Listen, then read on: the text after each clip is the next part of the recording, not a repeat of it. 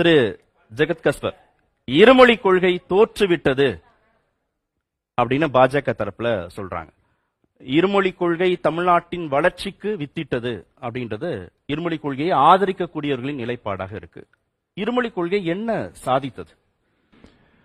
முதலில் கருவறைக்குள் ஒரு மொழி போதும் என்று வரிந்து கட்டி கொண்டு நிற்கிறவர்கள் வகுப்பறைக்குள் 3 மொழி வேண்டும் என்று வந்து நிற்பது இந்த காலகட்டத்தினுடைய ஒரு புரியாத முரண்.